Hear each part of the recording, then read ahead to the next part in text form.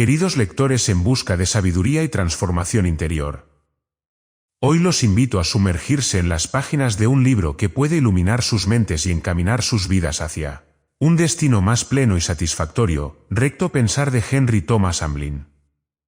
En un mundo donde la confusión y el caos parecen dominar, Recto Pensar emerge como un faro de claridad y dirección.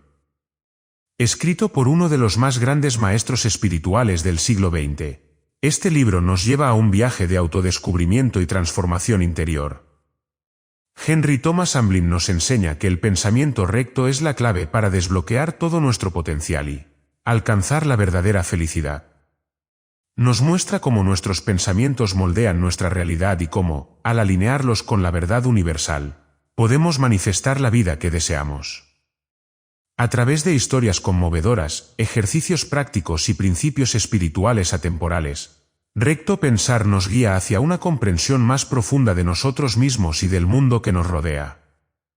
Nos desafía a abandonar patrones mentales limitantes y a abrazar una visión más elevada de la vida. ¿Alguna vez te has sentido atrapado en un ciclo de pensamientos negativos o autolimitantes? Recto Pensar ofrece un camino claro hacia la liberación de esas cadenas mentales. Nos muestra cómo podemos reprogramar nuestras mentes para el éxito, la abundancia y la realización personal. Este libro no solo nos enseña a pensar correctamente, sino que también nos inspira a vivir con integridad y propósito. Nos recuerda que somos creadores de nuestra realidad y que, mediante el poder del pensamiento recto, podemos dar forma a nuestro destino de manera consciente y deliberada.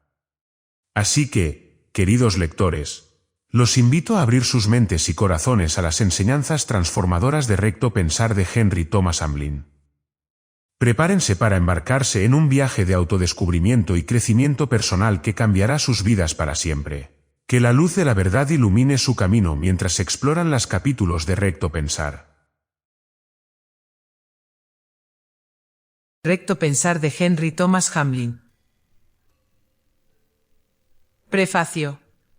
Recto pensar, en un sentido elemental, amplio y general, es pensar pensamientos positivos en lugar de negativos. Significa albergar pensamientos de éxito en vez de fracaso, de salud en vez de enfermedad, de amor en vez de odio, de buen humor en vez de melancolía, de optimismo en vez de pesimismo, de abundancia en vez de pobreza, de triunfo en vez de derrota, de libertad en lugar de limitación, y así sucesivamente. Quien tal haga cambiará internamente, al cambiar internamente sus acciones también se modificarán, lo cual, a su vez, transformará su vida y circunstancias. De consiguiente, en cuanto el recto pensar sustituye al erróneo, el carácter o personalidad también cambia, en sentido favorable, lo cual influye a que mejoren la vida y las circunstancias. De ahí que las Escrituras expresen la verdad, al recomendar, transformaos por el renovamiento de vuestra mente. Recto pensar, sin embargo, en sentido más elevado, haz algo aún superior a todo lo dicho. Es pensar en un estado de conciencia muy superior y desde un punto de vista enteramente nuevo para el individuo. Significa pensar desde el punto de vista de la mente universal, en sustitución de vuestra mente débil, limitada y finita. Significa pensar con la convicción y conciencia de que el amor es realidad, que la perfección es realidad, que la salud es realidad, que la armonía es realidad. Significa librarnos en pensamiento de la esclavitud de los sentidos y de la tiranía del deseo. Significa vivir la vida en una octava más alta, en un plano enteramente superior. En otras palabras, que es posible trascender las limitaciones del tiempo y de los sentidos, penetrar en la conciencia de la vida y del ser eternos, pensar con Dios tal como Él piensa, no de la manera finita de los humanos, en vez de contra Dios. Recto pensar es también pensar y vivir en la conciencia de que todo está bien. Es saber en nuestra mismísima alma que los procedimientos de Dios son perfectos, que Él no comete errores, que todo actúa unido hacia la realización completa del propósito divino. Recto pensar es también saber que la perfección existe en realidad, ahora, y actuar en la convicción de tal conocimiento. No se ha de creer, sin embargo, que al penetrar en esta conciencia superior nos hacemos omniscientes, porque esto está muy lejos de ser verdad, pero sí nos da la revelación de lo que Jesús expresó al hablar de la verdad que debíamos alcanzar y que nos liberaría. La diferencia entre pensar en el plano inferior de los sentidos de la mente y pensar en el plano superior de la mente universal está perfectamente descrita en Isaías, capítulo 55. Porque mis pensamientos no son vuestros pensamientos, ni vuestros métodos mis métodos, dijo el Señor. Porque así como los cielos son más elevados que la tierra, así mis métodos son más altos que vuestros métodos. De consiguiente, para pensar con Dios, que es la aspiración de todo aquel que busca la verdad, es necesario elevarse muy por encima del plano ordinario del pensamiento humano, pensar en una conciencia del todo superior. Cuando el hombre está dispuesto para el cambio, es invitado por Dios a hacerlo. En el mismo capítulo leemos: que abandone el limpio su camino, y el hombre inicuo sus pensamientos, y vuélvase al Señor, quien tendrá de él misericordia, y al Dios nuestro, que le perdonará cumplidamente. La posibilidad de alcanzar la mente cósmica o universal está ampliamente demostrada por la experiencia humana y en el Nuevo Testamento. Es perfectamente evidente que Jesús, el Cristo, pudo elevarse a voluntad al reino superconsciente de la mente universal. Las enseñanzas del mismo proceden, en su mayor parte, directamente de la mente cósmica, por lo cual solo son comprensibles cuando se admite y comprende este hecho.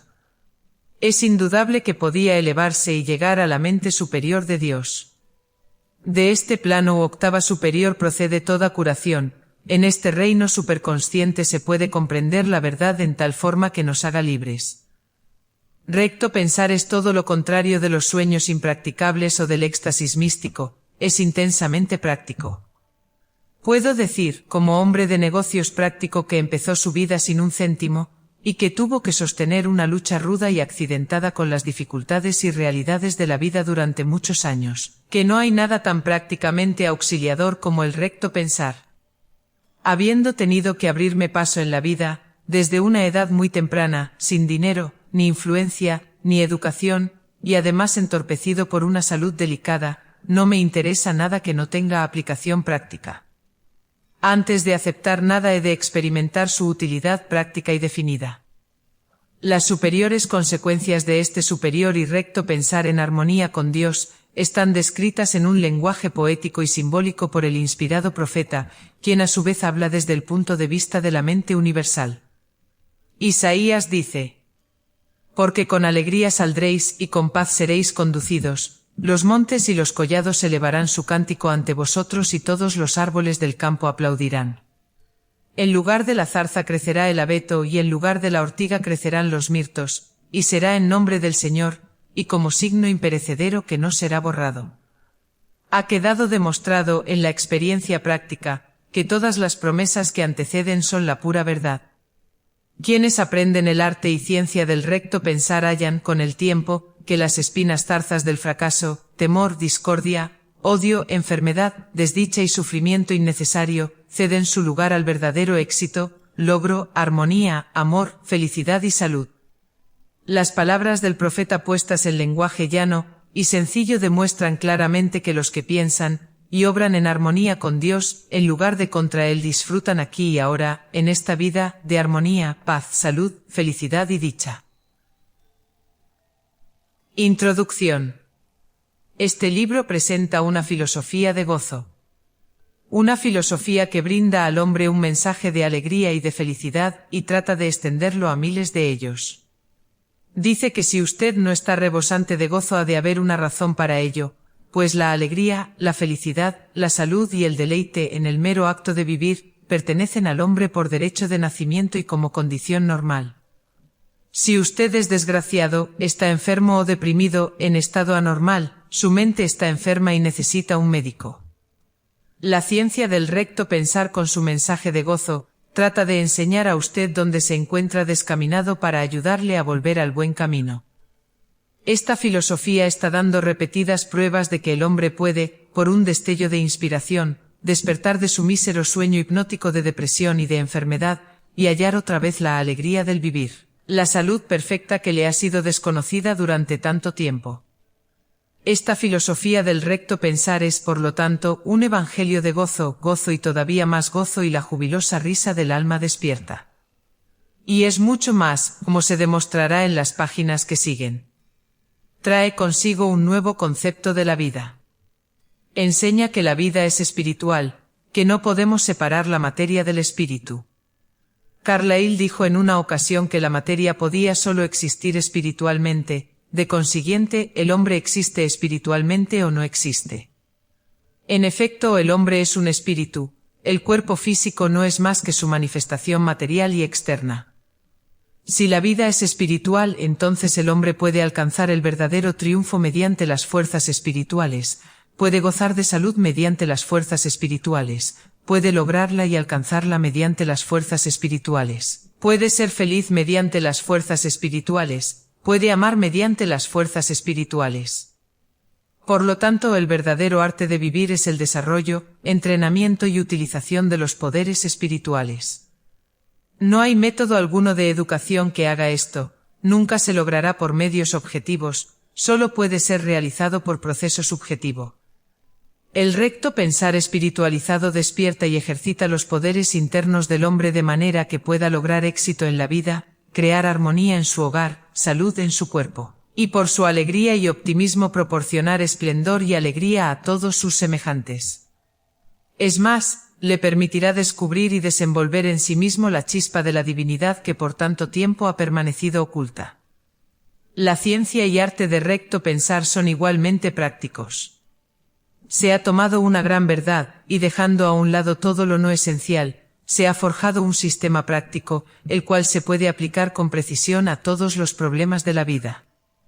Se ha descubierto que la vida es un resultado, un efecto, y que la realidad y la causa están dentro, enseña que la vida responde a ciertas leyes, y que obrando en armonía con estas leyes se obtienen resultados con exactitud matemática.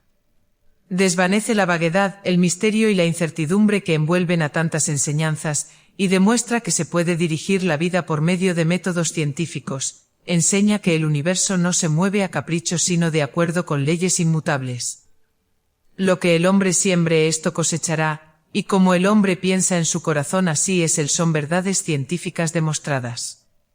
De la misma manera que el hombre puede dirigir el rayo, mover sus tranvías y maquinarias por medio de la electricidad y alumbrar sus calles y casas, así también puede, cuando comprende las leyes que rigen su vida, producir resultados no menos admirables, los cuales pueden predecirse con la misma certeza, porque son los efectos de ciertas causas. El hombre no necesita ser por más tiempo el juguete del destino, o la víctima de las circunstancias, intentando caminar por la misteriosa senda de la vida en la oscuridad, la suerte o la intuición no ejercitada, cuando puede apoyarse en el conocimiento y la comprensión. Ahora puede dirigir su vida con exactitud y certeza, y en este conocimiento está la paz. La importancia del recto pensar se funda en el hecho de que todo lo que somos y todo cuando nos acontece en la vida es en gran parte el resultado de nuestros pensamientos. Se ha dicho que somos lo que pensamos y pensamos lo que somos. Fue Buda quien dijo, todo lo que somos es el resultado de lo que hemos pensado, está fundado en nuestros pensamientos, está compuesto de nuestros pensamientos. El antiguo Upanishad dice, lo que un hombre piensa, en eso deviene. James Allen escribió, vuestros pensamientos, deseos e inspiraciones comprenden vuestro mundo, y para vosotros, todo cuando hay en el universo de belleza y alegría y gloria, o de fealdad y pesar y dolor, está contenido dentro de vosotros mismos. Con vuestros propios pensamientos hacéis o malográis vuestra vida, vuestro mundo, vuestro universo. Si hoy nuestra vida es desgraciada, y está fuera de quicio es en gran parte debido a nuestro pensar erróneo y desarmónico en el pasado, los frutos del cual tenemos que recoger ahora. Todo pensamiento desarmónico produce con exactitud matemática el resultado correspondiente. No podemos escapar del efecto de nuestros pensamientos, pues llegan hasta nosotros con precisión perfecta. Sea lo que quiera lo que el hombre siembre, eso también cosechará, está escrito con letras de oro sobre los portales de la eternidad. Esto es así porque el universo está movido, no por capricho, sino por una ley exacta, invariable, que jamás falla. De consiguiente, si nuestra vida es desarmónica, se debe simplemente al efecto de nuestros pensamientos, pues cada uno recibe exactamente la experiencia que necesita. Quien se entretiene en compadecerse de sí mismo desperdicia sus energías, puesto que cuanto le sobrevenga en la vida es la consecuencia precisa de su pensamiento. Pero alguien exclamará, ¿qué de las acciones, qué de los pecados? Mi respuesta es que las acciones y los pecados son simplemente el resultado del pensar equivocado. Si pensamos en el mal, expresamos el mal. Si consentimos que nuestra mente albergue pensamientos equivocados, a su tiempo producirán frutos amargos. El pensar equivocado es pensar en desarmonía con la verdad eterna, es la causa de mucha mala salud, necesidad, restricción e infortunio, así como del pecado y las malas acciones de diversas clases. Algunos podrán decir, bien, si no podemos eludir las consecuencias de nuestros pensamientos, tanto vale que no lo intentemos. En tal caso, ¿a dónde va a parar su filosofía de gozo? La respuesta es que podemos controlar nuestros pensamientos como resultado del propio entrenamiento y de la propia disciplina. Algunas gentes dirán que tal cosa es imposible, que el pensamiento es tan esquivo que no se puede dominar. Otros dirán, no puedo controlar mis pensamientos, si pudiera, cesaría de preocuparme. Tal como es, tan pronto como la más ligera contrariedad aparece, empiezo a preocuparme y a temer, y aunque sé que al hacerlo así no hago ningún bien, sino bastante daño, no obstante, no puedo evitarlo, soy de carácter preocupado. Eso no demuestra que el pensamiento no se puede controlar, demuestra solamente que los que así hablan no han aprendido el arte científico de controlar el pensamiento.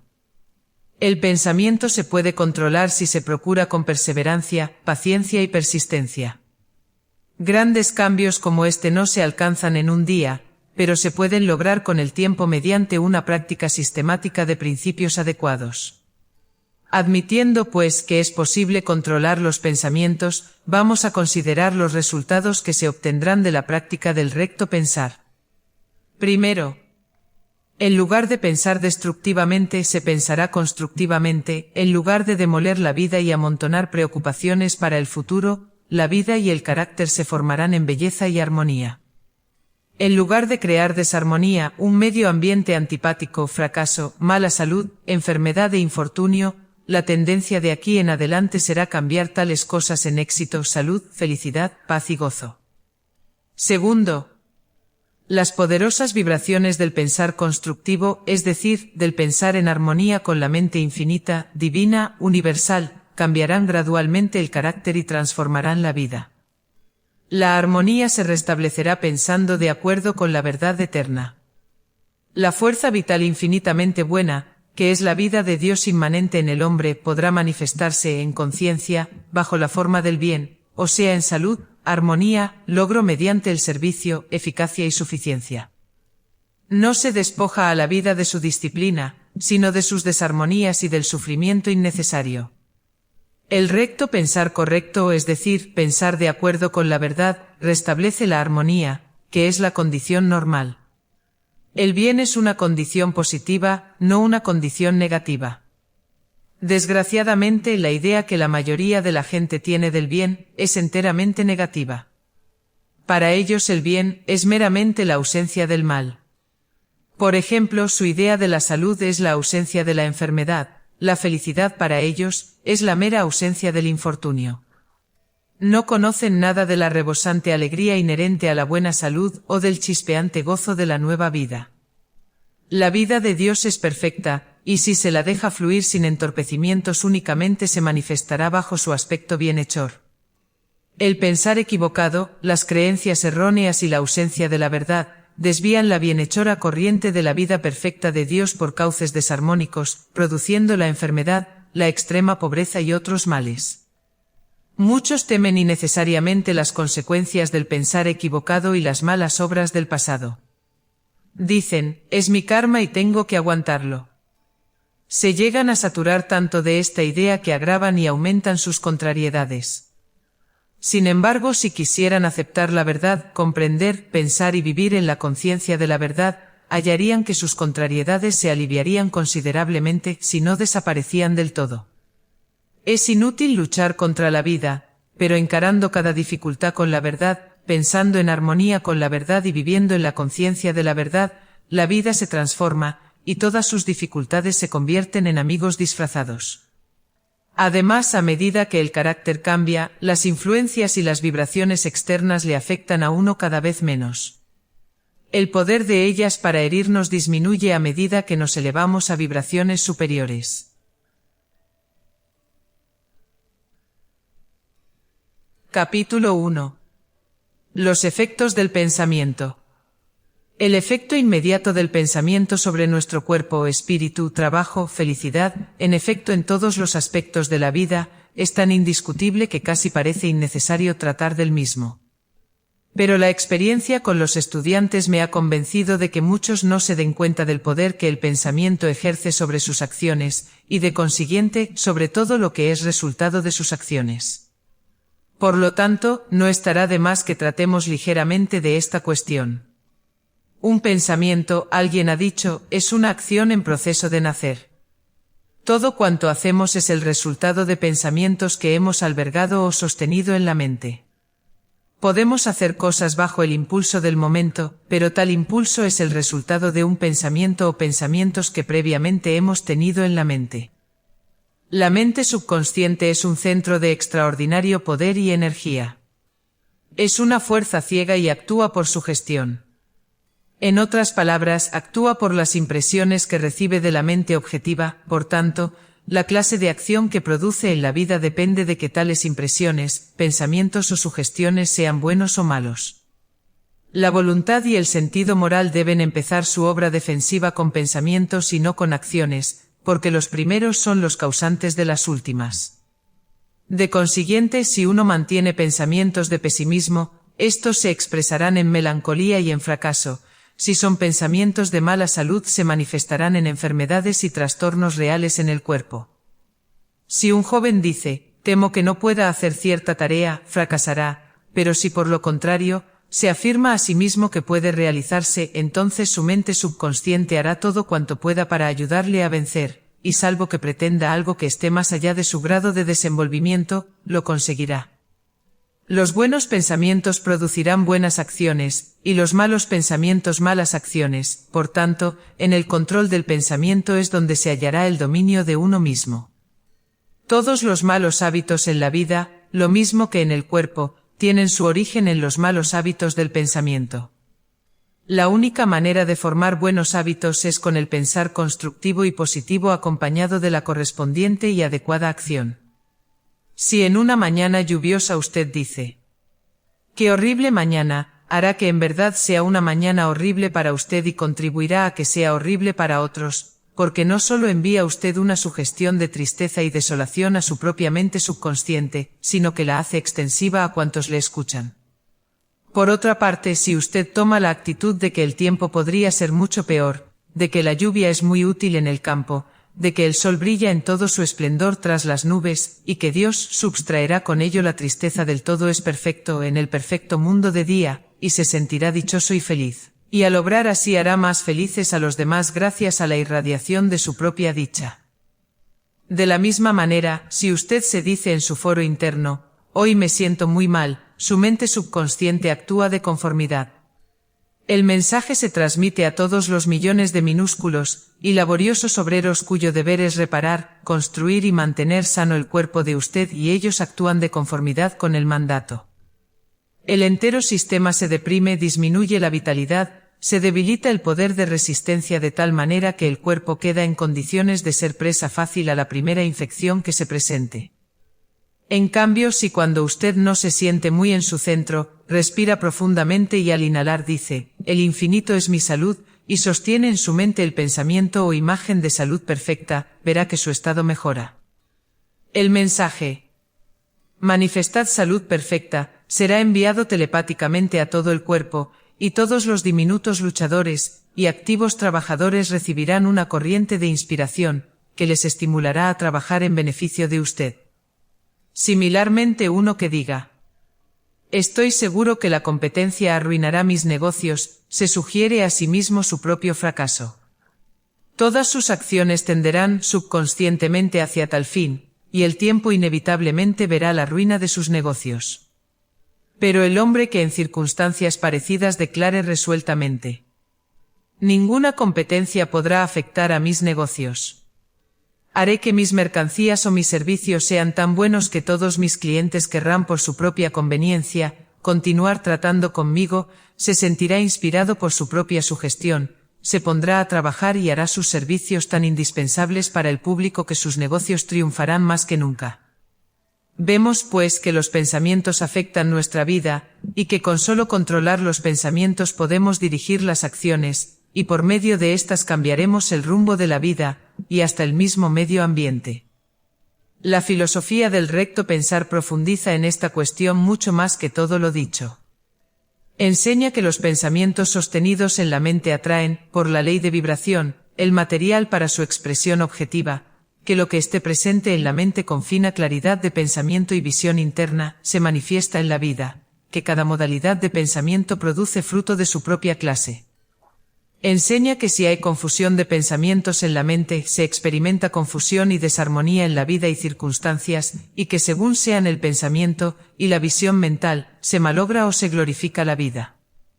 La práctica del pensar rectamente ejercita además la mente a que piense solo aquellos pensamientos que armonizan con las leyes inmutables que dirigen al universo, y así producir en la vida el mayor bien, la verdadera dicha, el único éxito que satisface.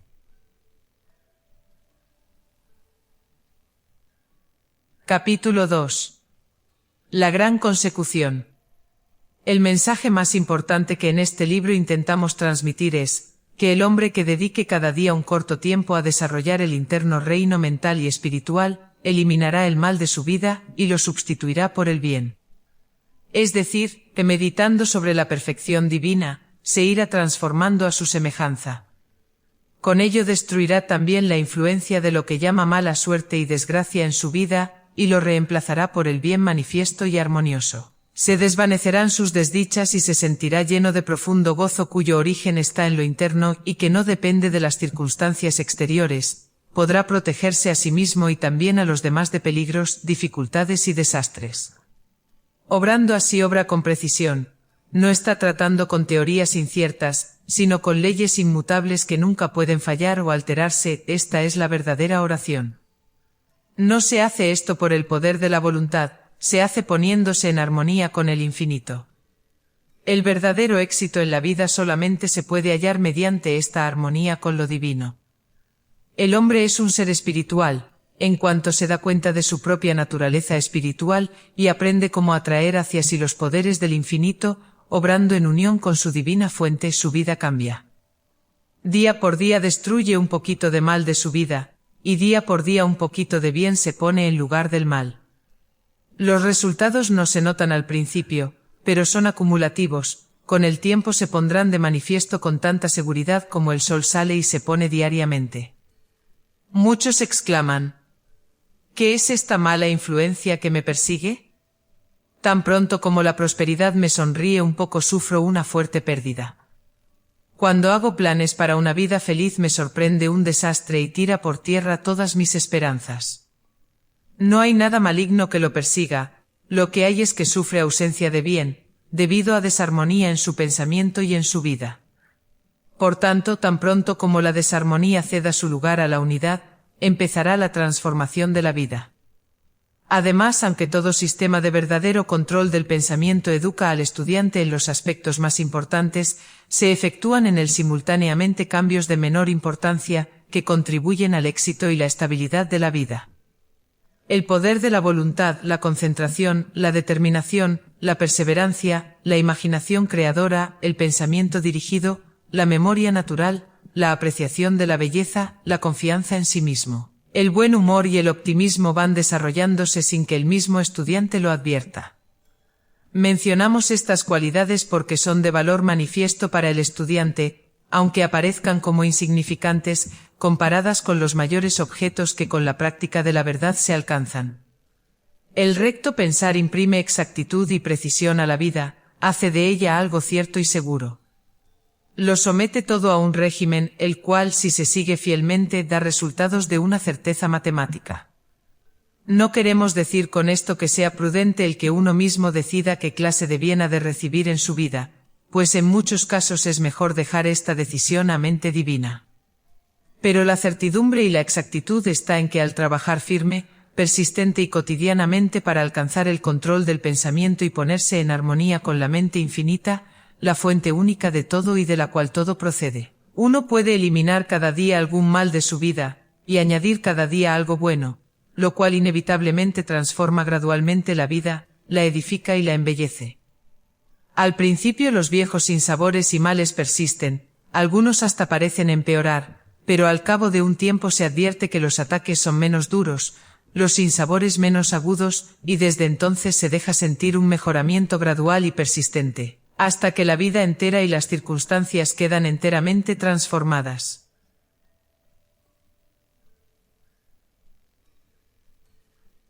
Capítulo 3. La felicidad. La felicidad es un estado mental íntimo. No se puede hallar en las cosas externas. La idea generalizada entre la masa que no reflexiona, de que la felicidad se obtiene de posesiones materiales, la riqueza, en el placer y en el lujo, no está compartida por los que poseen tales bienes. La supuesta felicidad, que los irreflexivos creen que se puede obtener de la riqueza y de todo lo que ésta nos puede proporcionar, consiste meramente en las fruslerías de brillantes colores que atraen a los hombres, hacia las cuales tienden sus ávidas manos pero que siempre se les escapan. Henry Victor Morgan escribió en un momento de exaltación: «Hoy desde las alturas en que me hallo sobre el mar del pensamiento, las fruslerías por las que los hombres luchan en la cambiante superficie contemplo. Veo cómo de manos ávidas escapan e inasequible quedan, de aquí para allá al pasar de los años flotan sobre la superficie límpida, y siempre ardorosas manos se tienden ávidas de las ilusiones de la vida, hasta que cansadas se hunden y otras más ávidas se alzan.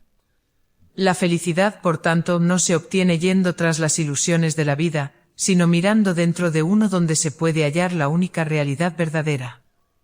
El hombre es un ser espiritual aquí y ahora, y su desdicha está en que no sabe apreciar este gran hecho. El hombre siempre está descontento hasta que se da cuenta de que es un ser espiritual, dotado de poderes divinos, que él, como espíritu, es uno con el gran Padre de todos los espíritus, el Espíritu Infinito, la fuente de todas las cosas.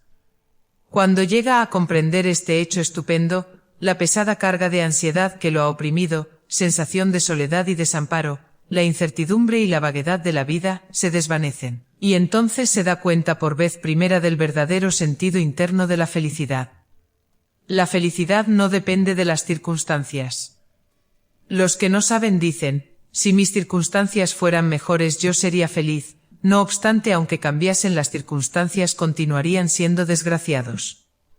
Las circunstancias no son la causa de la desdicha, sino que con el efecto de la misma causa mencionada antes, la falta de ajuste, la desarmonía espiritual interna. El cambio interno que curará nuestra desdicha hará que las circunstancias desgraciadas desaparezcan también, pues tan pronto como se aprende la lección y se hace el necesario reajuste interno, la misión de las mismas ha terminado. Esperar que las experiencias dolorosas se acaben para que uno pueda ser feliz es una futilidad, la única manera es buscar la causa del trastorno en lo interno, y hacer el reajuste necesario con la vida y con el universo. Quien sea desgraciado está fuera de armonía con la voluntad eterna y el plan divino, y las circunstancias desagradables no solo son el resultado de una equivocada actitud mental, sino que además tienen por objeto advertirnos de la causa para que reajustemos la vida de conformidad. La felicidad viene de adentro, de ponerse en armonía con la voluntad y propósitos divinos. No se crea ni por un instante que el propósito divino es que nuestra vida sea oscura, desgraciada, dolorosa y carente del necesario bienestar. Quizá aparezca poco atractiva, pero esto es una mera ilusión, pues conduce a una inenarrable dicha y felicidad indescriptible. Por otra parte, no puede haber felicidad sin servicio. Llevar una vida egoísta, centrada en uno mismo, es el camino de la desintegración y la muerte, es el camino seguro hacia la desdicha, el descontento y la desesperación. El servicio al todo, a la vida, a Dios, a la humanidad, al universo, este es el camino de la armonía y satisfacción interna. Nadie que esté centrado en sí mismo puede ser feliz, porque no está en armonía con la idea divina, tampoco puede gozar de paz quien hace su trabajo cotidiano de mala gana. Pero quien trabaja para el todo y hace de su labor cotidiana una dulce ofrenda de amor a la vida y a la humildad, penetra en la armonía divina, conoce lo que es la verdadera felicidad. Asimismo, para ser feliz uno ha de ser capaz de ejercitar el control del pensamiento. Es claro que si la felicidad es un estado mental interno, el pensamiento tiene mucho que ver con ello. Los que no pueden controlar sus pensamientos se dejan dominar por el temor y las preocupaciones, por el odio y la ira, y la depresión y la melancolía.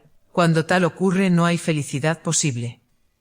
Quien no conozca el arte de controlar el pensamiento es afectado adversamente por las circunstancias, por las contrariedades y los difíciles periodos de prueba de la vida, pero quien es capaz de controlar sus pensamientos queda inafectado por esas cosas, porque puede impedir que sus pensamientos alberguen algo negativo, y en cambio mantenerlos fijos en la única realidad positiva del universo, o sea, el espíritu infinito del bien y de la perfección.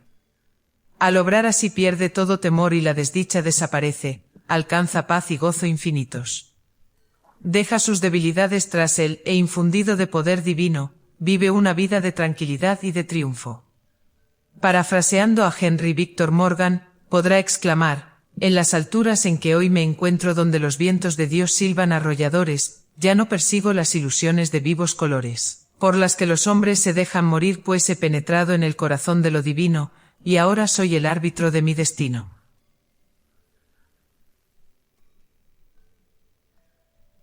Capítulo 4. Hay un poder. Para el no iniciado, la vida es tan material que le es difícil creer que tras el universo visible haya un mundo trascendental del espíritu, el cual es una realidad perfecta y del cual el mundo objetivo no es más que una expresión. Sin embargo, así es. El mundo visible con toda su belleza, por muy perturbado que esté por las desarmonías de los humanos, no es más que un efecto o expresión de la realidad infinita. Los metafísicos que afirman que la materia y el mundo material no existen, se basan en que en sentido filosófico, solo aquello que es permanente e inmutable se puede decir que existe. En cuanto a nuestra conciencia concierne, sin embargo, lo visible existe. Si tengo un tumor grande como mi puño en el pescuezo, en cuanto a mi conciencia se refiere, el tumor existe. Existe en mi conciencia por un tiempo y no lo puedo ignorar por completo. Por otra parte, tenemos los razonadores abstractos, quienes afirman que nada material tiene existencia, y por otro lado tenemos a los materialistas, quienes no pueden creer en nada que no sea material. La verdad está en alguna parte entre estos dos extremos. Hay dos mitades en el todo completo, hay la invisible realidad permanente y hay la cambiante expresión de esta realidad. Hay la idea divina, y hay el desenvolvimiento de esta idea perfecta a través del interminable cambio y evolución de la forma material. La materia es un vehículo de expresión de Dios. Él reviste su idea de forma y color, esta es la vestidura del espíritu. Prescindir de lo material o de lo espiritual es engañarnos a nosotros mismos, ambos en conjunto forman el todo completo. En ambos casos prescindimos de Dios, pues Dios es el creador de su universo, al que ha modelado de su substancia espiritual, el pensamiento de Dios halla expresión en su creación, por consiguiente, negar la materia y llamarla el mal es negar a Dios y llamarle el mal. Se ha de observar que Dios es trascendente así como inmanente. En cierto sentido Dios está expresado en su universo, aunque en otro sentido, no lo está pues Él lo trasciende. Por tanto, la materia y el universo material son los efectos siempre cambiantes, siempre evolucionantes, siempre en desarrollo de una más perfecta idea divina. El tremendo poder que obra a través del universo es espiritual, es la mente divina en movimiento. Ese poder es infinito. Su objeto es expresar en este plano material una manifestación perfecta de la idea divina. Su objeto no es manifestar enfermedades, malestar, desdicha, pobreza, pecado, antes al contrario busca siempre expresarse en perfecta salud y armonía. El que haya miseria, trastornos, penurias y otros males en el mundo solo prueba que el hombre está en desarmonía con su fuente divina. En lugar de dejar que las fuerzas vitales divinas fluyan libremente y así manifiesten el bien, se las desvía y se las hace producir el mal. El secreto de toda curación y verdadera consecución es apartar las barreras que desvían las fuerzas espirituales, abriendo así la vida al influjo divino. Este poder es infinito, fluye en raudal constante desde la fuente espiritual invisible hasta el universo material. Lo vemos manifestado en miríadas de formas, pues Dios es inmanente en todas las porciones de su universo. Podemos mirar en los pacientes ojos de nuestros mudos animales amigos y verlo a Él en ellos, podemos contemplar embelesados el encanto de una simple flor, o la grandeza carmesí de una puesta de sol, y percibir la belleza de su carácter. Dios está en todas partes y en todo, saber esto es penetrar en una nueva vida de plenitud y dicha. Vemos el poder infinito manifestado en todas las maravillas del universo, en la evolución de los mundos y de los sistemas de mundos, en el poder inmenso de la naturaleza, en la vida que se repite a sí misma a través de las edades. En el hombre Dios entra en una nueva relación con su creación. En el hombre existen las posibilidades de una más amplia y más profunda conciencia. El hombre se yergue en la cumbre de la creación, todos los reinos se combinan para crearlo, el mineral, el vegetal, el animal, le sirven y le reconocen como señor de la creación. Los pies del hombre hollan la tierra, pero la cabeza se eleva a los cielos, posee dentro de sí, aunque todavía en estado latente, las posibilidades de la divinidad. Solo Él en toda la creación puede pensar con Dios, comulgar con Él, sumergirse con su conciencia y devenir, con el tiempo, uno con el infinito. El hombre, por ser cual es, puede usar del poder infinito de una manera especial. Puede, mediante el poder divino de su mente y pensamiento, identificarse conscientemente con el infinito y derivar poder ilimitado de su fuente divina. No hay altura que el hombre no pueda escalar, con tal que se mantenga de cara a la luz y recurra a las inextinguibles fuentes de Dios. Todo poder me ha sido concedido en el cielo y la tierra, dijo Jesús, con respecto a nosotros, sus hermanos más débiles, el mismo hecho glorioso es verdad. El hombre se ha considerado a sí mismo como gusano, pero esto solo es verdad de su falsa personalidad finita, en realidad, está llamado a ser un rey y sacerdote en Dios. El hombre piensa que es una criatura del momento, va a tientas entre el polvo de los conceptos materiales, mientras que sobre él está la gloriosa corona de la vida divina, de la cual él es heredero. Languidece en debilidad cuando debiera, por el contrario, estar animado del poder infinito. El poder es infinito, está en cada uno de nosotros, así como en todos los hombres. Muy pocos conocen este poder, y todavía menos saben utilizarlo. La mayoría quedarían muy sorprendidos, si no llegaban a escandalizarse, si se les dijese que dentro de ellos yacen latentes poderes infinitos y divinos, que dentro de cada uno de ellos hay una chispa del fuego divino, una perfección inherente que espera pacientemente que se le dé expresión. No obstante, así es, el poder interno es infinito, es Dios, puede revolucionar nuestra vida con solo darnos cuenta de su presencia, y darle libertad de expresión. El poder es el mismo que en los tiempos de los milagros, la ley no cambia. Los que reajustan sus vidas de tal manera que se ponen en armonía con la ley, se curan de una manera divina, expresan más y más la perfección infinita, no solo en su cuerpo, sino también en su carácter. El poder es el mismo, no importa cómo se emplee. Se lo puede emplear para fortalecer el cuerpo, dar poder a la mente, o para alcanzar en la vida nuestro más elevado ideal. Nadie que se dirija al poder infinito puede fracasar jamás, su vida refleja el infinito logro de Dios. Capítulo 5. La verdadera prosperidad. La prosperidad más efectiva no es la acumulación de grandes riquezas. Ser realmente próspero es disponer de lo suficiente para que uno pueda vivir sin escasez ni dificultades, y no obstante, estar libre de la triste carga de la riqueza. El hombre realmente sabio es quien se contenta con lo suficiente, pero sin exceso.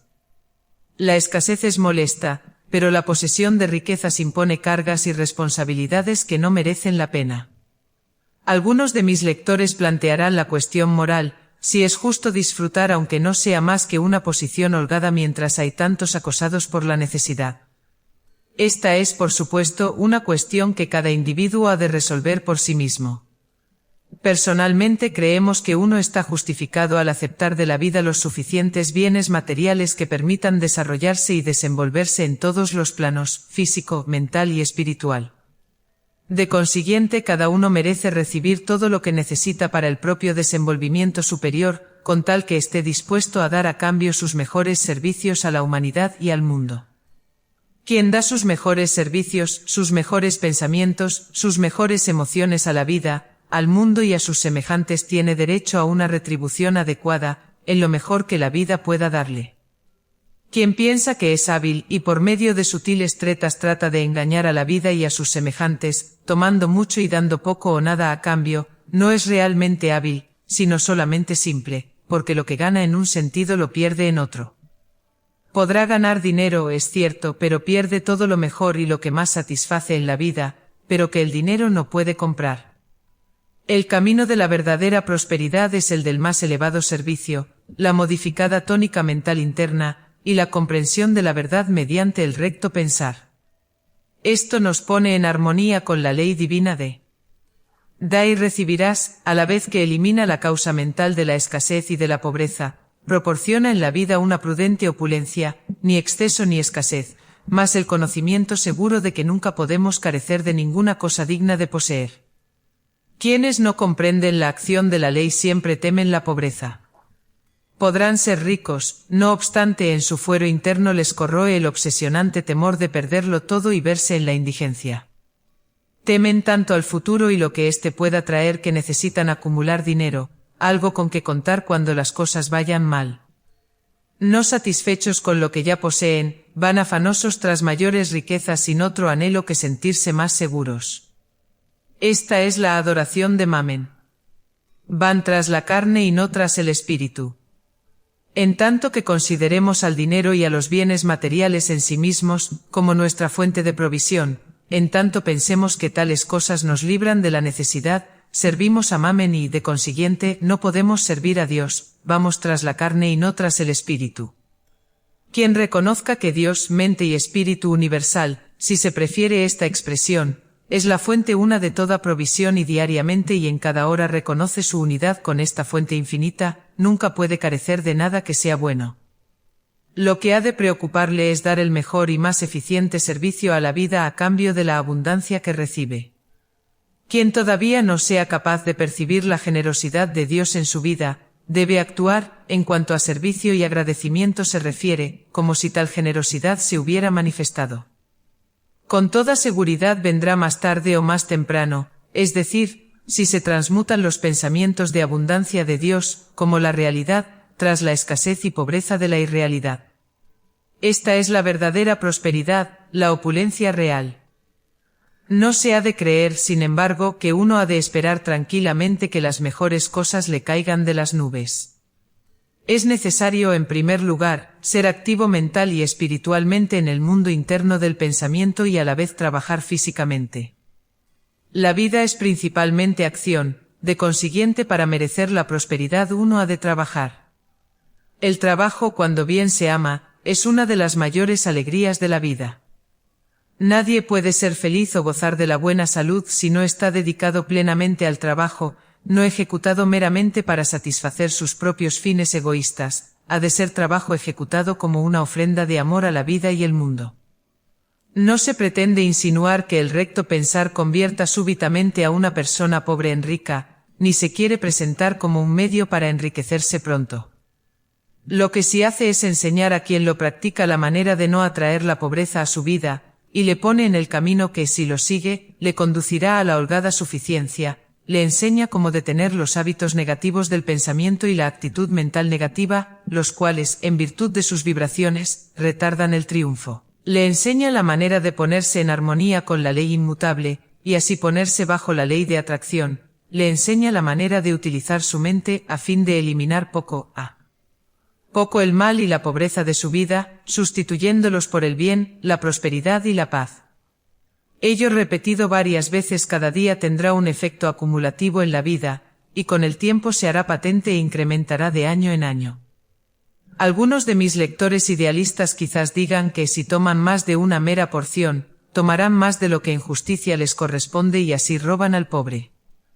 En un sentido puramente material puede ser verdad. Sin embargo, está muy lejos de la realidad. Nuestra fuente de provisión es espiritual y no material. Dios no se ve en apuros o agobiado por la pobreza. Él es la abundancia infinita. Como criaturas de Dios, toda la abundancia de Dios es nuestra, no para el goce egoísta, sino para el uso y servicio de todos. Las condiciones de nuestras vidas son la expresión externa de nuestros pensamientos y actitud mental. Si nuestros pensamientos giran constantemente alrededor de una idea de necesidad y de limitación, estas son las condiciones que se manifiestan en nuestra vida externa, puesto que ésta refleja la vida de nuestro pensamiento. Nuestra vida externa está compuesta en gran parte de nuestros pensamientos revestidos en forma material. No es la realidad es perfecta. Nuestras vidas están imaginadas en la mente de Dios como perfectas. Pero con nuestro pensar erróneo más las falsas creencias nos ocultamos la verdad, y por esto manifestamos la imperfección en lugar de la perfección.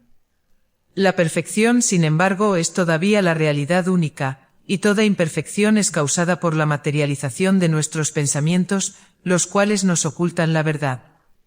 Nuestra vida ha sido siempre imaginada en la mente divina como perfecta, aun antes del principio del tiempo. Todas nuestras necesidades están abundantemente provistas y siempre lo serán, aun después que el tiempo haya dejado de ser. El objeto de nuestra enseñanza es atraer a quienes estén preparados para el grado conocido por comprensión. En este grado la verdad es comprendida por el alma, se encuentra el reino, tras el cual todas estas cosas se os darán por añadidura. La aplicación práctica de las enseñanzas de Jesús es la única manera de solucionar el problema de la provisión de una vez para siempre y para todas. Cuando al fin encontramos el reino, hallamos que todas nuestras necesidades y demandas son satisfechas precisamente en el momento adecuado, según nuestra fe o comprensión. Mirad a donde queráis y no hallaréis ninguna señal de pobreza en la idea divina. Donde quiera que miremos vemos abundancia pródiga y profusión amplia. Millares de bellotas para formar un solo roble, y bastante energía dedicada solamente para las flores, como para envolver a Dada hijo del hombre en abundancia material. Dios no está agobiado por la pobreza, y aquellos que se ponen en armonía con la idea divina nunca pueden carecer de cosa alguna. Algunos de nosotros quizás se consideren derrotados en la egoísta lucha por la existencia material. El egoísta y cruel nos puede empujar a un lado, puede pisotearnos, y alzarse con lo que hubiéramos querido para nosotros y para nuestros seres queridos y amados. Quizás tenemos la impresión de que no podemos luchar con los individuos rudos, egoístas y ambiciosos que se apoderan del botín sin consideración a los que perjudican. Quizás nos consideremos como ovejas entre lobos. Esto es muy cierto, pues las personas de mentalidad espiritual son diferentes de las mundanas, y generalmente pierden si adoptan los métodos mundanos. Aun en el caso de que venzan solo pueden retener lo ganado con gran esfuerzo y energía, los demás están contra ellos y han de aguantar muchos sinsabores y experimentar fricción continuamente. Además les agobia el temor de que pueden caer fuera del coche en cualquier momento. Por caer fuera del coche quiero decir encontrarse en la necesidad y la indigencia. Tomo este símil de Mirando atrás, un libro que estuvo muy en boga hace unos 40 años.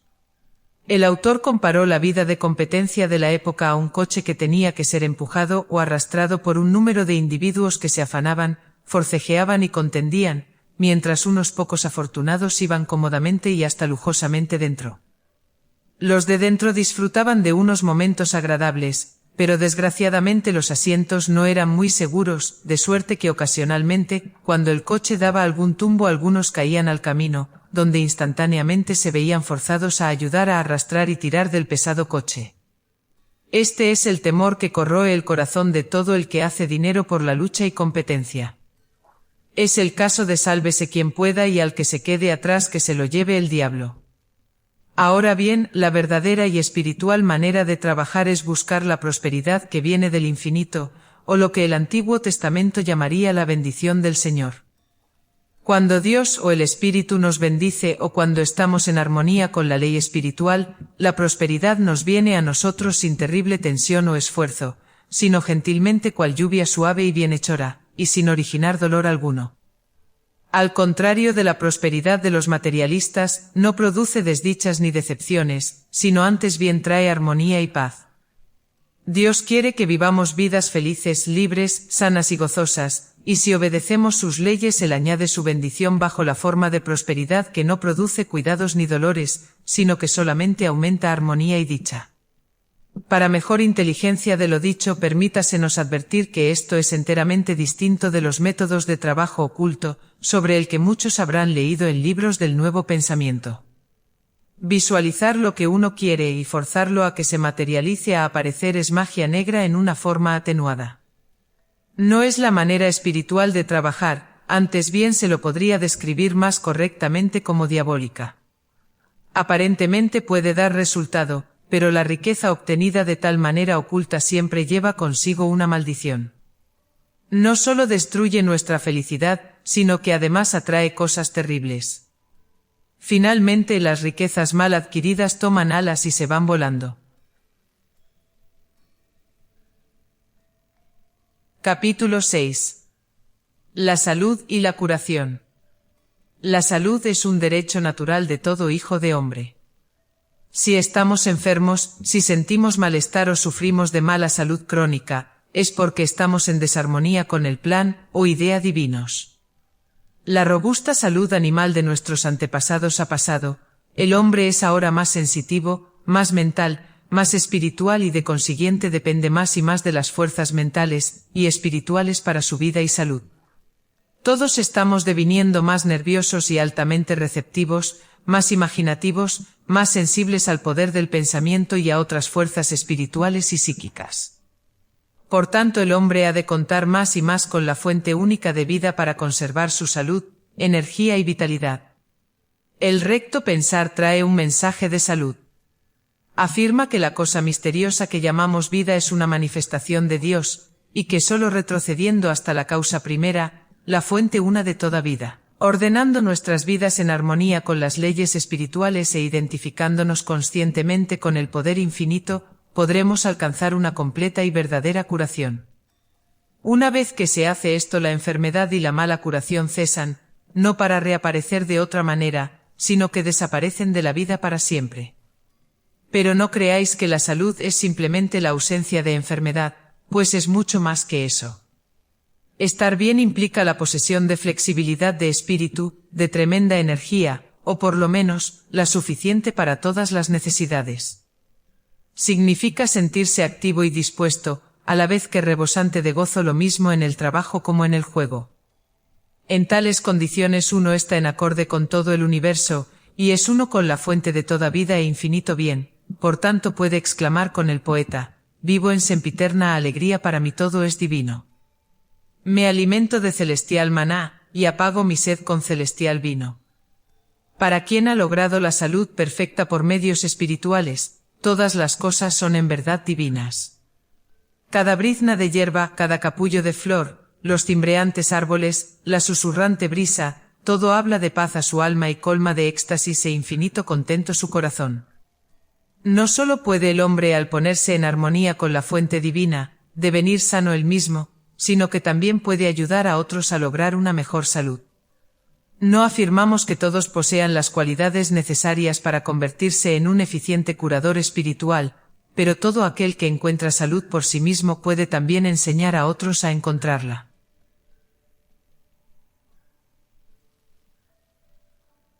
Capítulo 7. La absoluta certeza. No existe la casualidad o la suerte en el universo, todo obedece a una ley infalible. La antigua idea de propiciar a una deidad iracunda está basada sobre la ignorancia de la ley divina. Afortunadamente para nosotros no hay mediación o favor, todo se cumple de acuerdo con la ley inmutable y la justicia absoluta. Ni la ira divina ni el favoritismo divino existen, sino que reina la justicia eterna. No podemos adular a la divinidad, tenemos que sostenernos sobre nuestros propios pies, y lo que sembremos eso también cosecharemos. Es una fortuna para nosotros que el universo esté regido por una ley universal y una justicia infinita. Esta ley o principio jamás se alteran, jamás fallan, jamás cesan de actuar. Nosotros, por tanto, no tenemos más que trabajar en armonía con la ley divina para obtener resultados absolutamente seguros.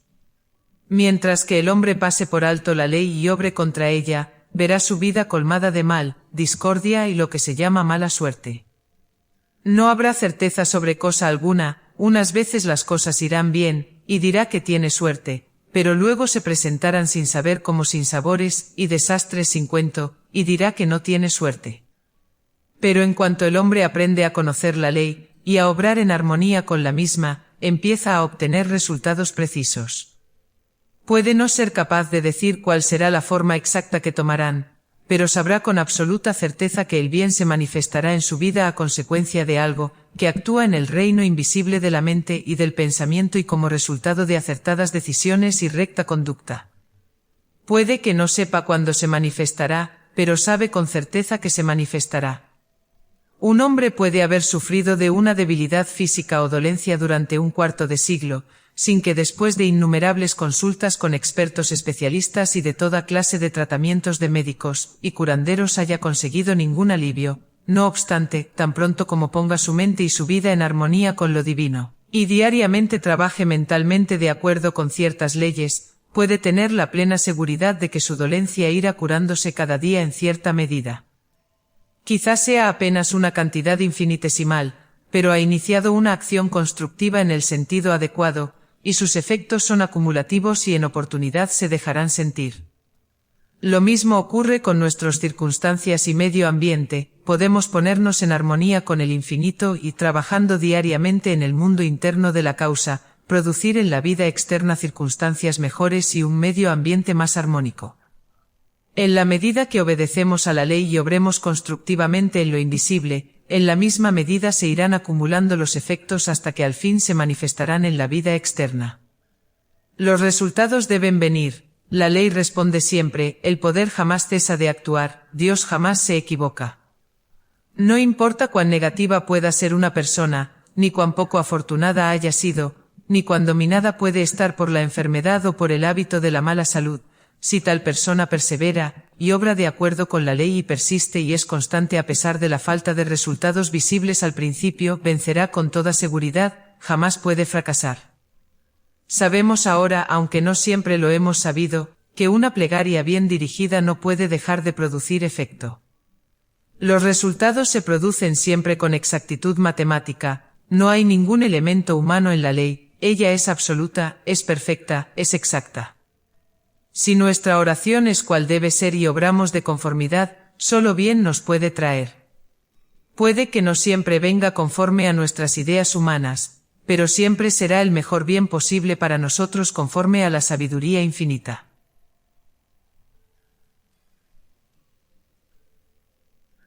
Capítulo 8. El destino. De nuevo en las alturas me encuentro donde los vientos de Dios cantan su arrullo. Ya no trato de asir el destello de las ilusiones por las que los hombres mueren, pues he ascendido al corazón de Dios y soy el árbitro de mi destino. Henry Victor Morgan. ¿Qué queremos decir por destino? La definición más sencilla es, las ocurrencias, o las causas de tales ocurrencias sobre las cuales no tenemos control. Cuanto mejor comprendemos el poder y efecto de nuestro pensamiento, tanto menos encontramos en nuestra vida que esté fuera de nuestro control. Sin embargo, hay algunas cosas que parecen completamente ineludibles, por ejemplo, nuestros padres, fecha y lugar de nacimiento, país de origen, muerte de parientes y otros grandes acontecimientos en la vida. Pero ¿qué hombre o mujer que haya alcanzado el meridiano de la vida no ha pasado por experiencias que han desafiado todos los poderes de su mente, cuerpo y alma, todas sus riquezas o medios, la ayuda de amigos y hasta la ardiente plegaria o agonizante súplica? La mayoría de nosotros tenemos que reconocer que la vida es demasiado grande para que podamos dominarla, y que hay acontecimientos o sucesos que están más allá de nuestro poder de control. Hay quienes todavía van mucho más allá, hay personas instruidas que dicen que nada sucede, sino que meramente nos vemos confrontados con las cosas. Dicen que la vida es como un viaje en ferrocarril, por ejemplo, de Londres a Edimburgo. El argumento es que cuando empezamos el viaje, Edimburgo y todo lo que hay entre medio está en existencia, y la razón de que no lo veamos hasta que llegamos en el tren es simplemente debido a la limitación de la vista, etc. De la misma manera se puede arguir que todos los acontecimientos de la vida ya están en existencia, pero solamente los experimentamos cuando nos vemos empujados por la vida a hacerles frente uno por uno. El hecho de que no podemos ver el fin desde el principio es debido a las limitaciones de la conciencia. Están además los conocedores y practicantes de las llamadas ciencias ocultas. No sabemos mucho de estas cosas ni nos interesan mayormente, pero sabemos lo suficiente para tratar de hallar hasta dónde se puede dar crédito a las pretensiones de tales personas. Aunque escépticos, hemos tenido que admitir que hasta cierto punto sus cálculos y deducciones son correctas. Aunque opinamos que la astrología y ciencias ocultas es mejor dejarlas a un lado, hemos llegado, no obstante, a la conclusión de que los buenos astrólogos pueden predecir a grandes rasgos lo que será la vida de un hombre. En algunos casos es aplicable solamente al hombre que consiente ser juguete del destino, una criatura de impulsos y una víctima de las circunstancias. Pero tan pronto como el hombre empieza a emplear sus poderes internos, los astrólogos yerran, porque tal individuo ya no sigue por más tiempo a su horóscopo, sino que traza él mismo la línea de su destino. En el instante en que el hombre se dirige a Dios en demanda de auxilio, y eleva sus pensamientos hacia el cielo, se eleva sobre las influencias e impulsos que de otra forma lo harían caer en graves errores y sinsabores. Cuando un hombre resiste una tentación, con fortaleza de espíritu, elevando sus pensamientos hacia Dios, rompe los lazos que le sujetan, es decir, que se libera de la vida trazada de antemano y delineada en el horóscopo. Cada vez que controlamos nuestros pensamientos, rehusamos que sigan cierta dirección, y los forzamos a fluir en una más elevada, nos deshacemos de nuestros ligamientos, en otras palabras, dominamos a nuestro destino. Perdonadnos el haber mencionado a la astrología, lo hemos hecho meramente para ilustrar nuestro punto de vista. Según lo que llamamos destino concierne solamente al hombre natural, y queda roto en cuando empleamos nuestros poderes internos, elevamos nuestros pensamientos hacia el cielo, y aspiramos a más elevadas y mejores cosas. La vida del hombre despertado no se puede predecir. Deviene un alma liberada o redimida. Deviene libertado de la ley del pecado y la muerte. Descubre un nuevo sendero de victoria y vencimiento. Parafraseando a Henry Victor Morgan. Entonces contempla el corazón de Dios, y se hace el árbitro de su destino.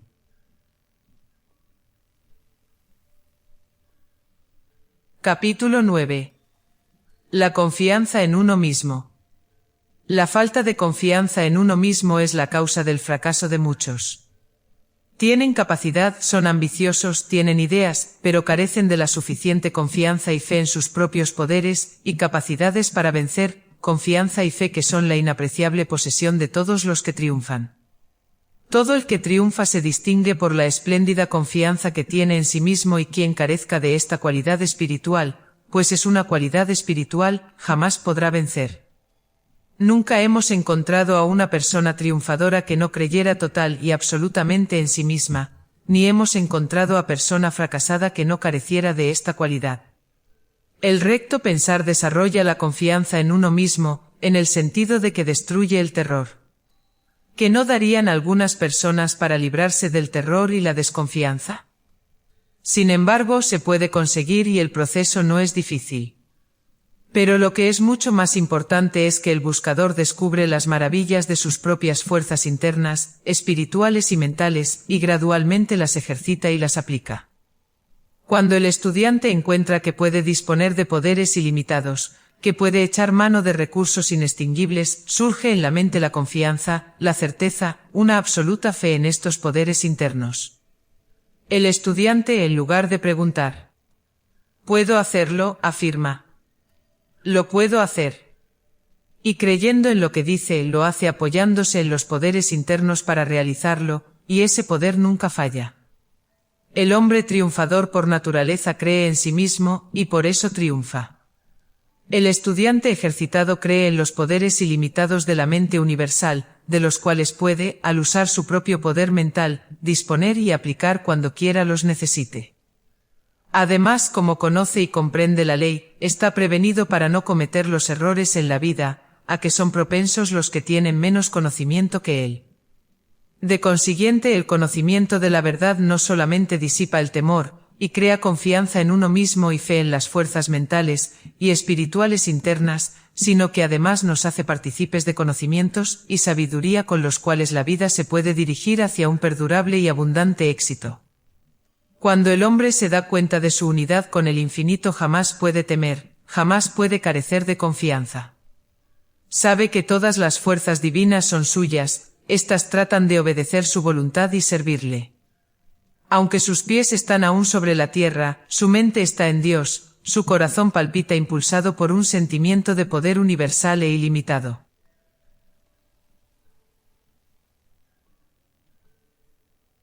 Capítulo 10. La paz. La filosofía del recto pensar es práctica. Una de sus más valiosas enseñanzas es que existe un reino mental superior, al cual, con un poco de práctica, podemos ascender.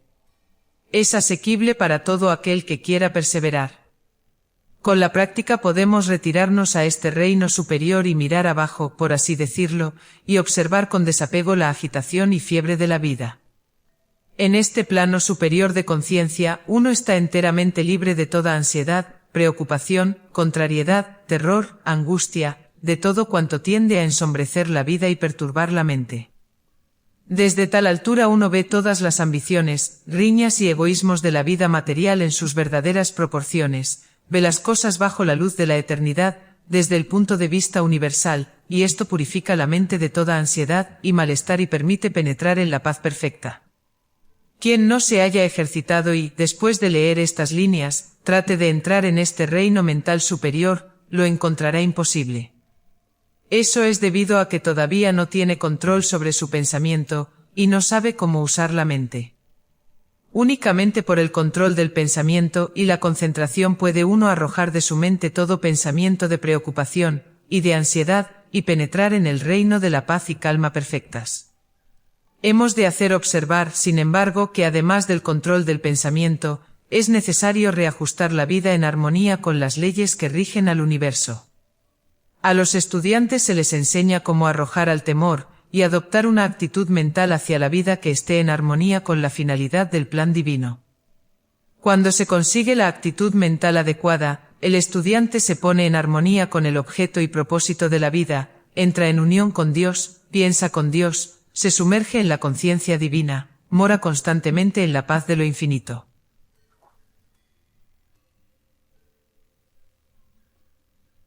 Capítulo 11. El carácter y el propio dominio.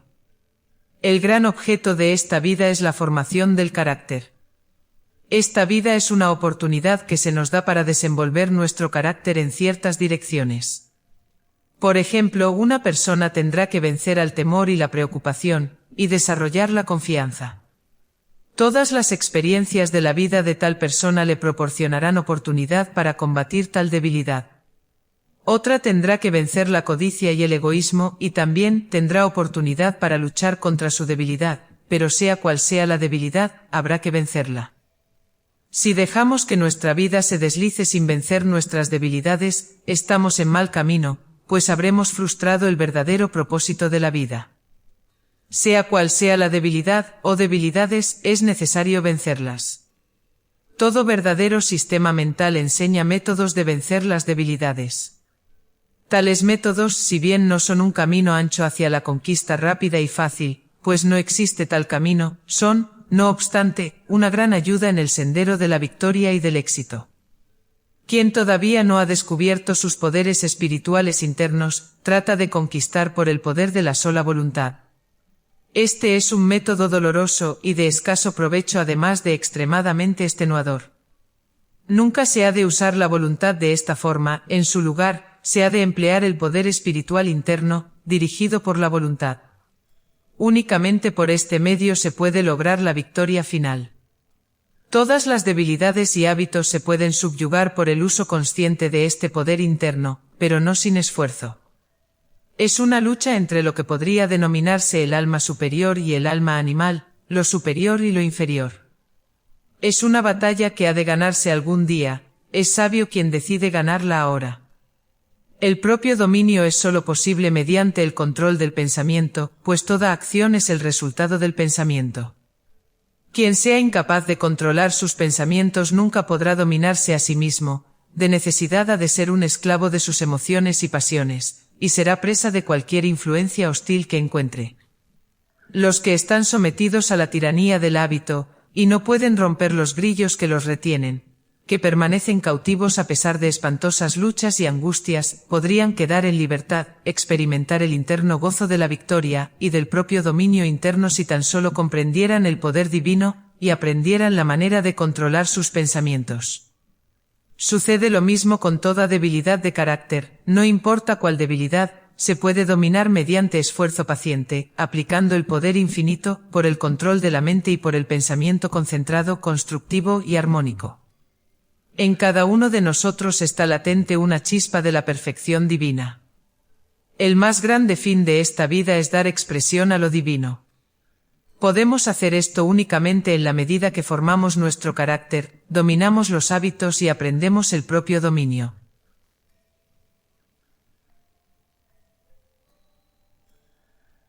Capítulo 12. Inspiración, intuición, originalidad y el uso de la mente interna.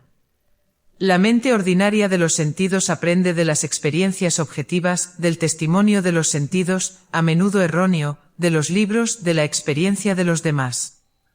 No posee inspiración, ni originalidad, ni genio. Toda inspiración viene de dentro. En cada uno de nosotros moran las fuerzas divinas, pero latentes e inexpresadas. La inspiración es una de ellas. Quien haga una práctica diaria de lo que se llama entrar en el lugar secreto del Altísimo, alcanza la inspiración o conocimiento directo. Quien reciba la inspiración en esta forma no es un espiritista, pues todos los hombres de grandes consecuciones han recibido su llamada al servicio por inspiración interna. Emerson acostumbraba ir a los bosques para escuchar la voz de la selva. Los grandes inventores han tenido ideas luminosas, pero tales ideas no vienen de fuera, sino de dentro. En nosotros están también los poderes de la intuición o conocimiento directo, los cuales podemos desarrollar y utilizar para nuestra propia guía, y para bendición de los demás. Toma tiempo y se necesita paciencia para desarrollar estos poderes, pero cuando se alcanzan uno está en contacto con la profunda sabiduría de Dios. Asimismo, toda originalidad surge de dentro. La mente superficial solamente puede copiar la obra de los demás y deducir por razonamiento a base de hechos conocidos. La verdadera originalidad viene de nuestro Dios interno. Uno que inicie una nueva línea de esfuerzo, o que traiga una nueva idea al hombre, lo hace porque está guiado e instruido de manera divina. Cada uno de nosotros es, aunque no lo sepamos, instrumento del que se vale la mente divina para iluminar y guiar a los hombres. Mirando al interior de nuestro centro divino, aprendemos a pensar de manera constructiva y creadora, entramos en comunión con Dios, devenimos creadores con Él. Quien aprenda a usar su mente interna será grandemente auxiliado en el viaje de la vida, pues al plantear el problema a su mente interna, hallará solución a toda dificultad. Se dice de Abraham Lincoln, un verdadero gigante entre los hombres, que cuando se veía confrontado con un problema difícil, lo echaba de su mente consciente y pensaba en otras cosas. Después de un tiempo volvía a pensar sobre el asunto y encontraba la respuesta, resuelta por su mente interna. Muchos hombres de negocios, cuando se encuentran perplejos ante una dificultad, para la cual no hay aparentemente solución, no toman una decisión hasta que han consultado con la almohada. Inconscientemente dejan que su mente interna resuelva su problema mientras duermen. Quien vive una vida pura y buena y aspira a Dios, buscando solamente lo más noble y lo mejor, será conducido, si usa su mente interna, al mayor bien y aprenderá a expresar lo divino que en él mora en el más eficiente servicio a sus iguales.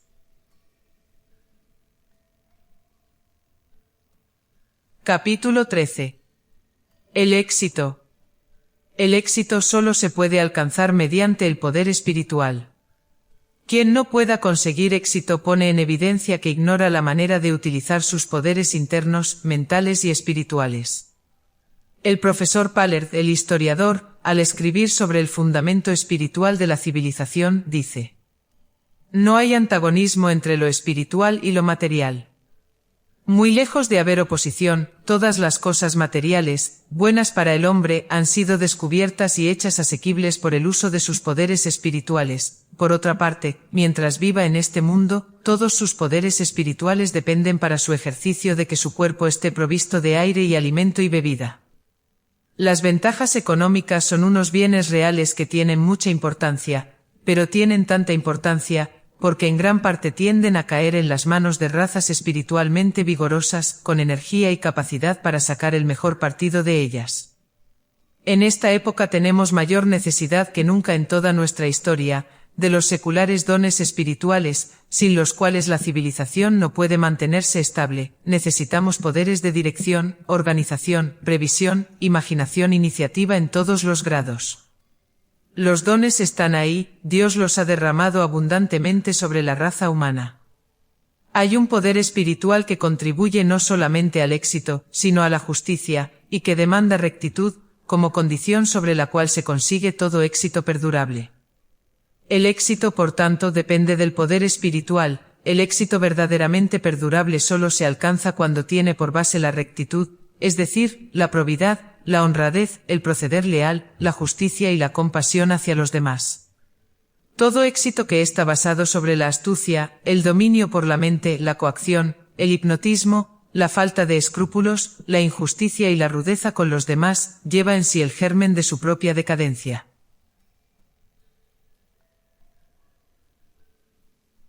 Capítulo 14. El bien. Saber y comprender que a través de la vida y del universo corre un principio de infinito bien, es el primer paso hacia la felicidad y el éxito. Saber que mediante la identificación consciente con el espíritu de infinito bien, uno atrae nada más que infinito bien a su vida y cuerpo es dar el primer paso en una vida de poder y de consecución. Dios es el bien infinito, el poder de Dios y la vida de Dios son bienhechores, no hay mal en el plan divino.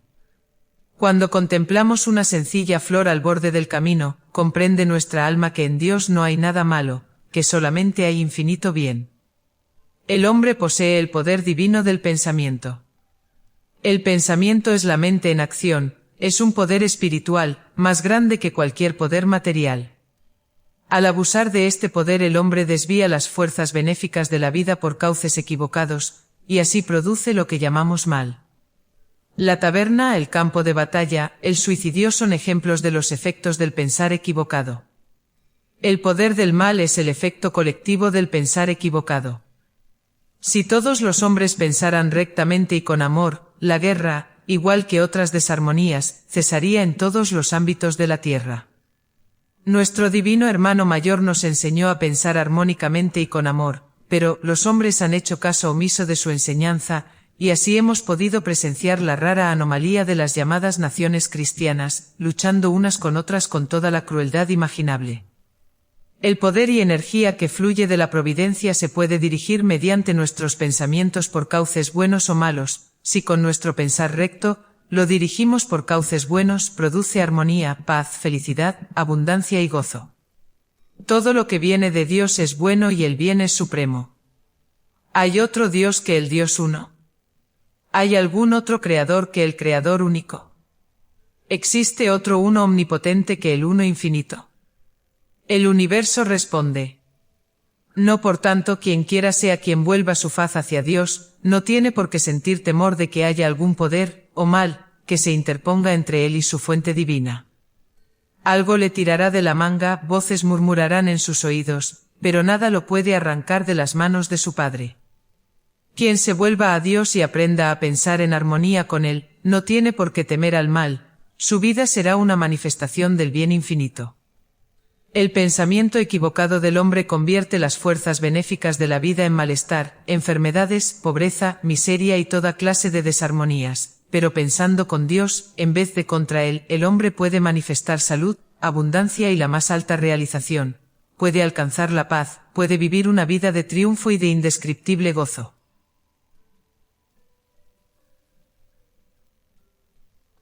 Capítulo 15. El sendero espiritual no es incompatible con el progreso material. El sendero de realización es el camino que el alma recorre en su ascenso de las cosas inferiores a las superiores. No es un sendero fácil, pero conduce al día perfecto. No se ha de deducir de esto que entrar en este sendero y ascender la escarpada cuesta a Dios signifique que la vida externa de quien lo sigue haya de ser, o pobre, o carente de éxitos. Lo cierto es que la vida externa ha de reflejar el progreso de la más plena vida interna. Una y otra deben ayudarse, puesto que en la vida interna aprendemos los secretos del poder de Dios, la fortaleza, la perfección de su carácter, y en nuestra vida externa debemos expresar tales poderes en la forma de verdadero éxito y relación. Lo que conseguimos en la vida no tiene importancia en sí desde el punto de vista espiritual, pero el efecto que ejerce sobre nuestro carácter en virtud del dominio de las dificultades que nos obliga a vencer, es un beneficio perdurable. Por ejemplo, el desarrollo de una gran industria no tiene valor en sí, pues impone cuidados y responsabilidades, y las cosas que se pueden comprar con dinero pronto cansan y dejan de satisfacer. Pero aunque una empresa de esta clase no tiene valor en sí misma, desde el punto de vista espiritual, su efecto sobre la formación del carácter es muy valioso en verdad. En el desarrollo de grandes empresas se ejercitan elevadas cualidades. Uno que crea un vasto negocio que lo conserva, se ve puesto a prueba de todas las maneras posibles. Ha de ejercitar la paciencia, el valor, la firmeza, la perseverancia, la persistencia, la fe, la esperanza, el propio dominio, la indulgencia, la probidad, la perspicacia, la imaginación y otras cualidades, y cuanto mayores sean las dificultades, tanto más se desarrollan estas cualidades. Los negocios en sí y el ingreso que producen tiene poca importancia, en verdad, son una gran carga y responsabilidad. Relativamente hablando, el hombre modesto, que lleve una vida sencilla en su casita, vive en todos los aspectos materiales mucho mejor, pero los efectos en la formación del carácter son inapreciables. Estas cualidades, ganadas mediante incesante lucha y venciendo dificultades, son adquisiciones permanentes del alma, que las conserve a través de las edades, devienen parte del verdadero hombre espiritual.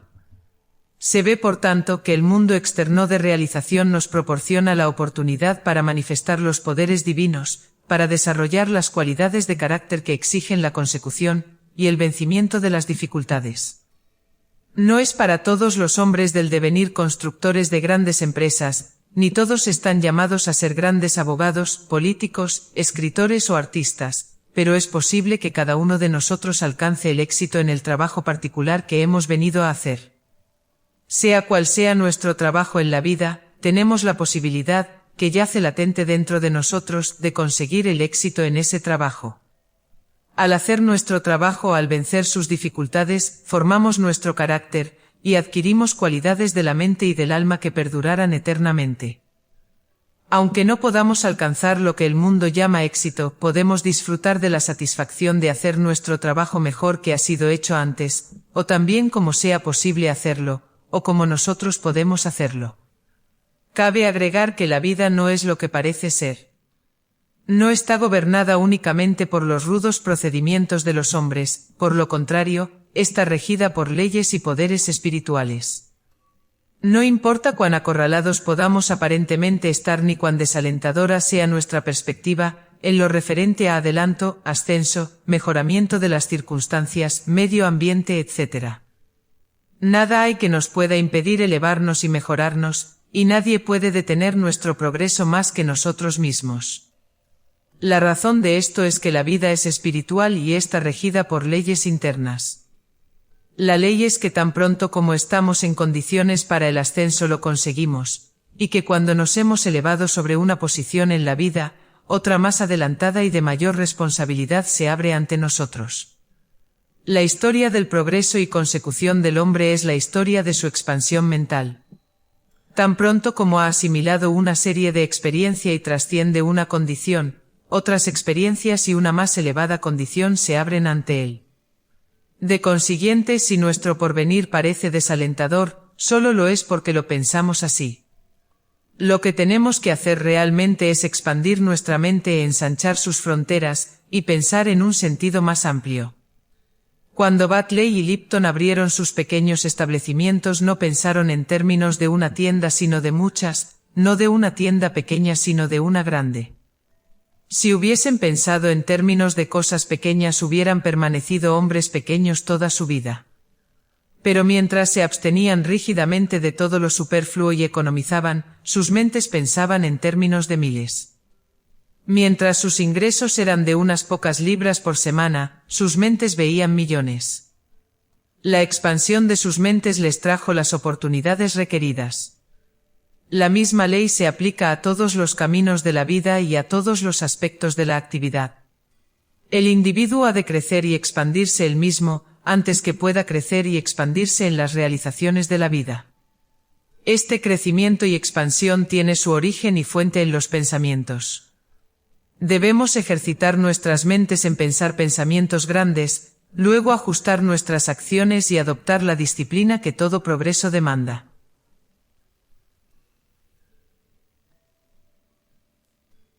Capítulo 16. La vida armónica. La vida armónica es posible solamente para aquellos que piensan armónicamente. La vida externa es un reflejo de la más amplia vida interna. Si nuestra vida externa es desarmónica es porque hay desarmonías internas, y éstas no desaparecen sino cuando en lo interno nos ceñimos al motivo de la vida y al propósito del plan divino. Todas las desarmonías de la vida, sus discordias y asperezas tienen su origen dentro de nosotros y no fuera.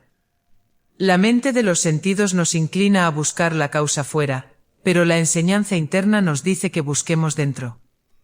El hombre sencillo echa la culpa a la vida o al destino, a sus iguales o a Dios y muy a menudo se siente muy quejoso y amargado por ello. Cuanto más busca la causa fuera de él y cuanto más culpa a los demás, tanto peores son sus dificultades, tanto más discordante se vuelve su vida. La causa de la discordia no está en los demás o en las circunstancias externas, no está en el destino, no es la venganza de Dios.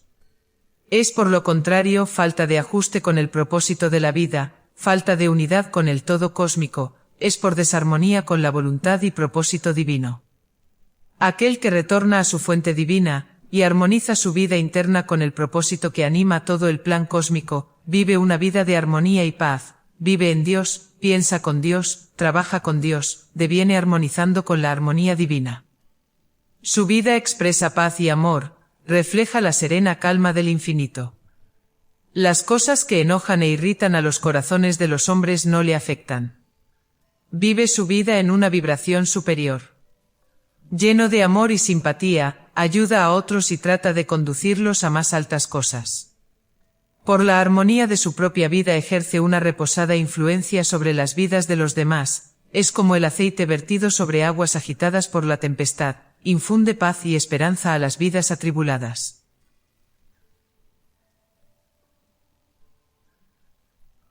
Capítulo 17. El divino optimismo. El pesimismo es contrario a la idea divina. Dios es el optimista eterno, infinitamente triunfante en todas sus empresas, no tiene pensamientos de fracaso, desesperación o duda.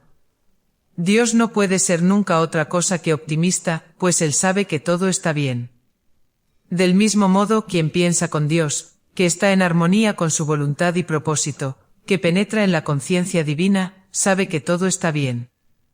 Quien se compenetra de este conocimiento cierto, según el cual, aunque superficialmente las cosas parezcan fuera de razón, y que de cerca se presenten irremediablemente malas, en realidad todo está bien, en el bello universo de Dios, jamás puede haber un pesimista. El pesimista es quien solo ve el lado oscuro de las cosas, y sin comprender que son sombras transitorias, y que en lo alto está la realidad eterna y perfecta, se hunde en las tinieblas. Cuanto más medita en el mal más cree en él, cuanto más cree en él, tanto más mal ve a su alrededor. El pesimismo es la filosofía de la desesperación. Socava la salud, impide el éxito, sustrae de la vida toda dicha y brillantez, lo convierte a uno en una influencia depresiva para los demás. El pesimista es un enemigo de sí mismo, y es una fuente de depresión y desarmonía para los demás. Si el divino objeto de la vida es ponerse en armónica unión con Dios, como así es, antes de que tal unión pueda realizarse el pesimismo, ha de ser reemplazado por una actitud optimista hacia la vida, y por un hábito de pensar lleno de esperanza. Nadie que sea pesimista puede reconocer a Dios, ni nadie que conozca a Dios puede ser pesimista. Uno que conoce a Dios no puede evitar ser optimista, pues sabe que todo está bien. Una filosofía de verdad induce optimismo, infunde una firme creencia en que el Creador sabe lo que hace en su universo y que, en un sentido interno, todo es bueno y todo está bien. Cree que, desde el punto de vista de lo absoluto, no hay otro poder que el poder de Dios, y que éste es bueno. Afirma que el hombre no tiene más que ponerse en armonía con el amor infinito y automáticamente, por la acción de la ley inmutable e infinitamente justa, alcanzará paz, felicidad, abundancia y salud, recibirá todo bien y merced perfectos, no en un tiempo o lugar en el futuro, sino aquí y ahora.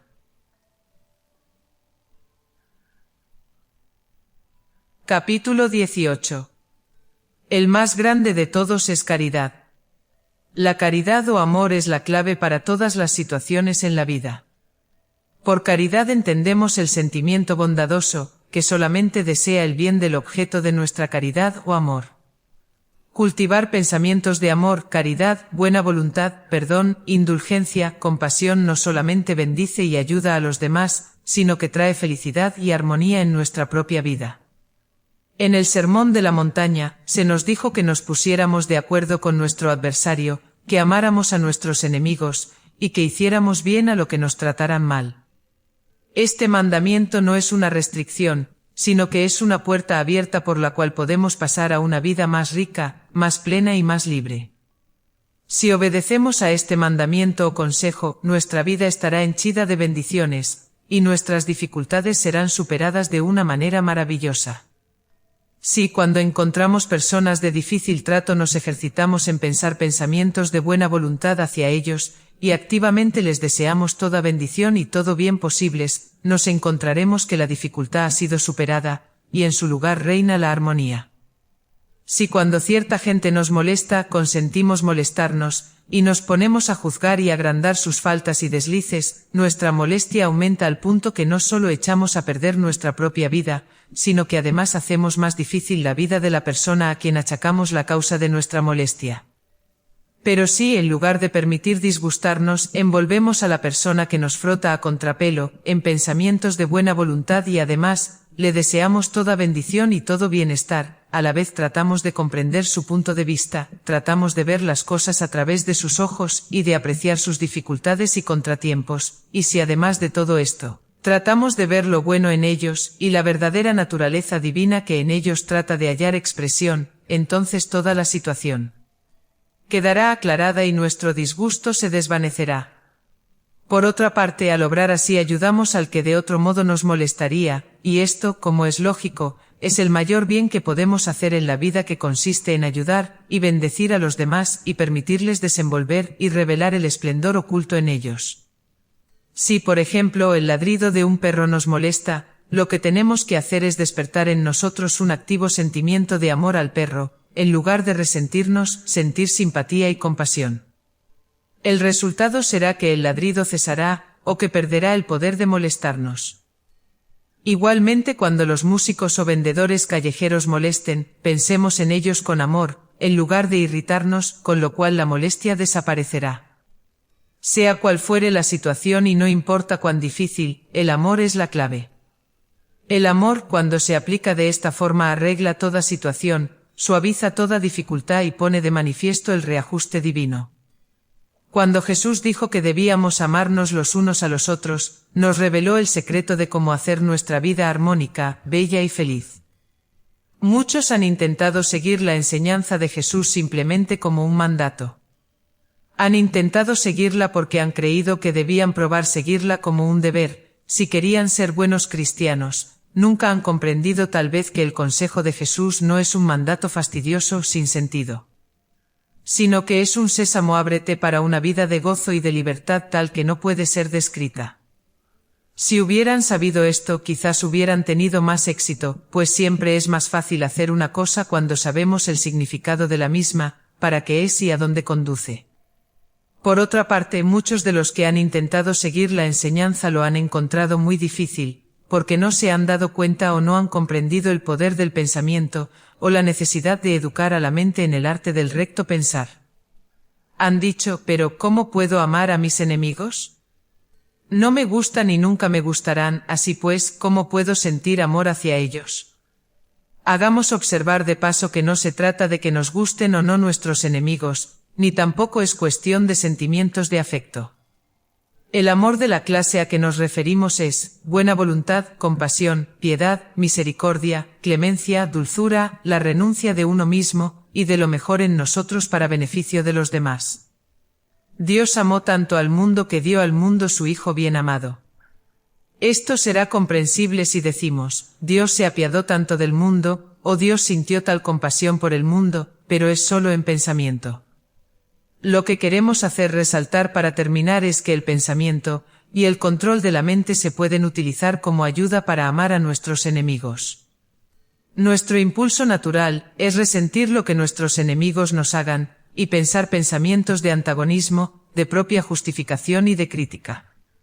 Al obrar así aumentamos las dificultades y contribuimos a que las cosas vayan de mal en peor.